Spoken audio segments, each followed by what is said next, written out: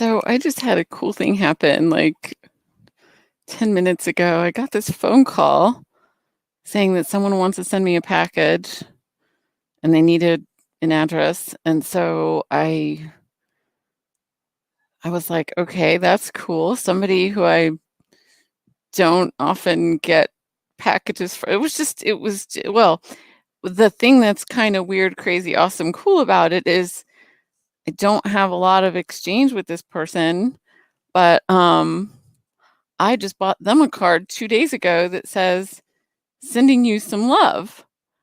And I put my stuff to mail, like, in a spot where I'm actually gonna go do it because 'cause I'm still, still behind on that.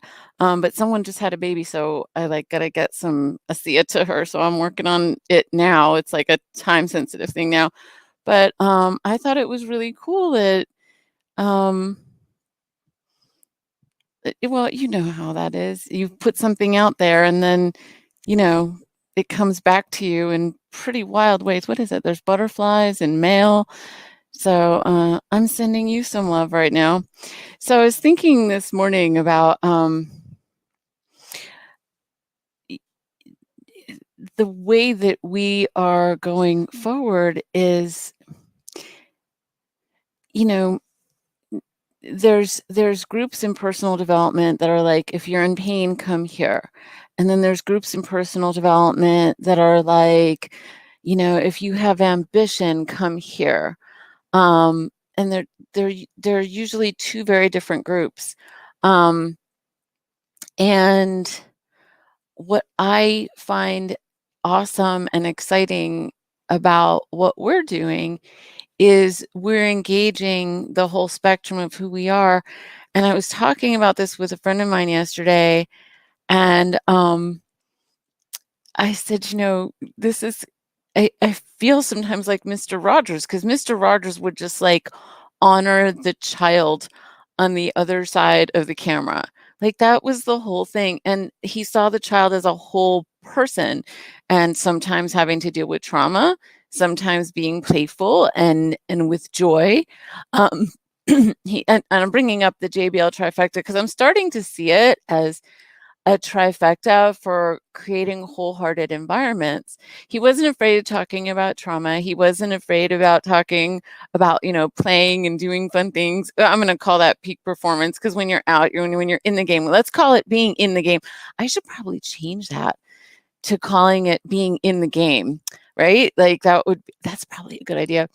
He didn't talk a lot about spiritual connection, but I watched his documentaries like a year ago, and I think he was a minister, and he was definitely very spiritual, and he gave a lot of support to this one. It was kind of a monastery like place where people would spend a lot of time in meditation and things like that.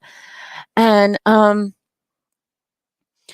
lot of the marketing that we've gotten used to, like in the last half century, has been very kind of narcissistic. Like, there's part of you that really, really wants this sugary thing or this relationship, or you need to look good for this, for something that you're going to get, you're going to get, you're going to get.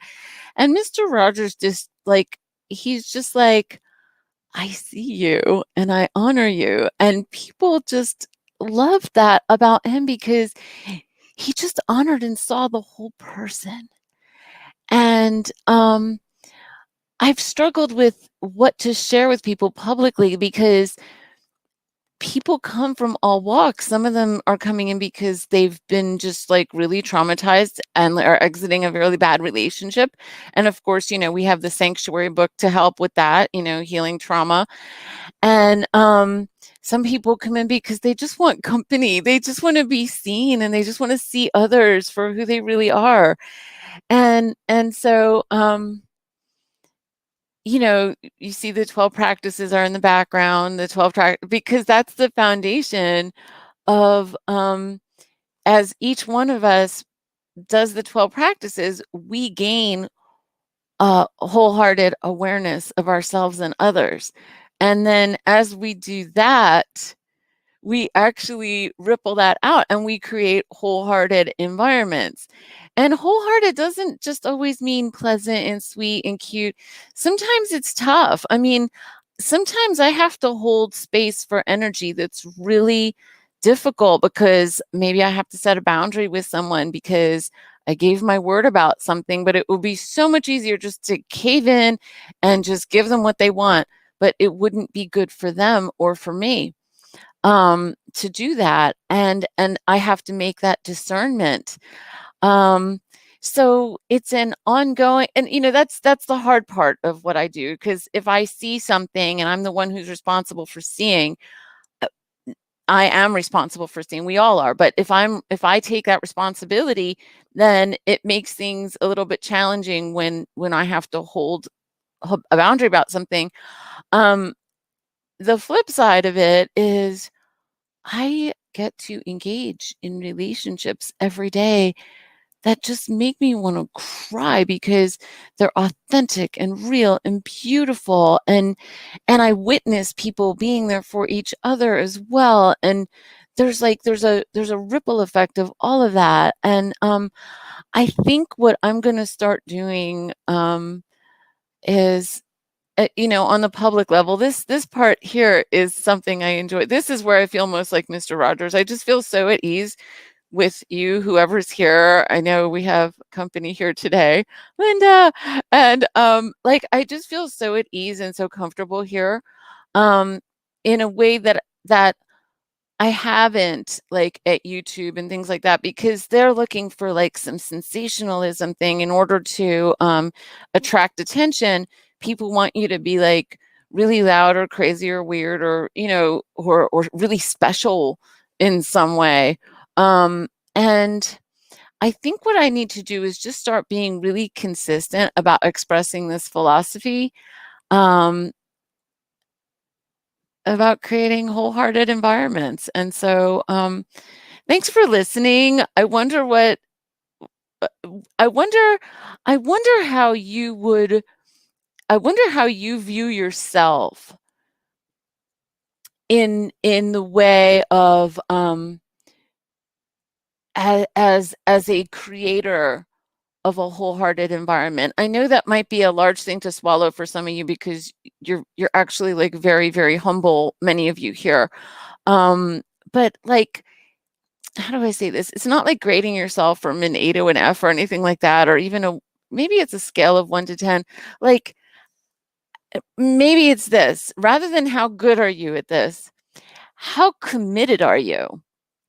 What's your level of commitment of creating a um, wholehearted environments in your world?